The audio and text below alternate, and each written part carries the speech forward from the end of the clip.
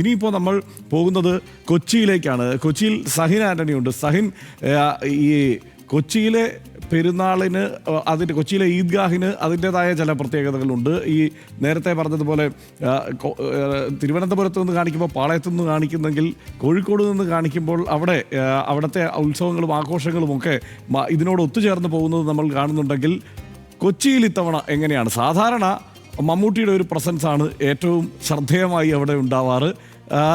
എങ്ങനെയാണ് ഇത്തവണ?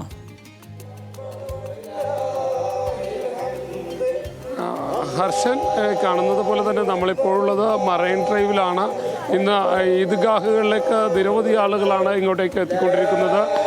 സാധാരണ പലയിടങ്ങളിലായി ഈദ്ഗാഹുകളും പെരുന്നാൾ നമസ്കാരങ്ങളും ഉണ്ടാകാറുണ്ടെങ്കിലും ഇത്തവണ അങ്ങനെ രണ്ടിടങ്ങളിൽ മാത്രമാണ് പ്രധാനമായും ഈദ്ഗാഹുകളുള്ളത്. അവിടെ തന്നെ പെരുന്നാൾ നമസ്കാരം നടക്കുന്നതും 2 ഇടങ്ങളിൽ മാത്രമാണ്.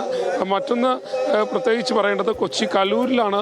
കലൂരിലെ സലഫി ജുമാ മസ്ജിദ് കമ്മിറ്റി നടത്തുന്ന പെരുന്നാൾ നമസ്കാരത്തിലാണ് നമ്മളിപ്പോഴുള്ളത്.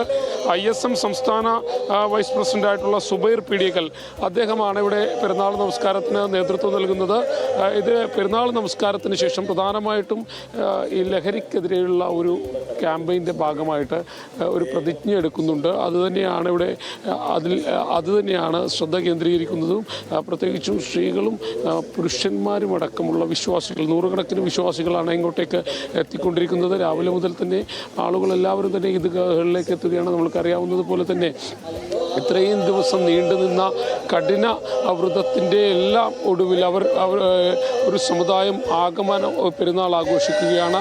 അതോടൊപ്പം തന്നെ കേരളത്തെ നേരിട്ടുകൊണ്ടിരിക്കുന്ന ഒരു വലിയ ദുരന്തം, ലഹരിക്കെതിരെയുള്ള ദുരന്തം, അതിന് ശക്തമായ ഒരു നടപടി വേണമെന്ന് ആവശ്യപ്പെട്ടുകൊണ്ടൊരു പ്രതിജ്ഞ കൂടി എടുത്തായിരിക്കും ഇന്ന് ഇവിടുന്ന് വിശ്വാസ സമൂഹം മടങ്ങുക.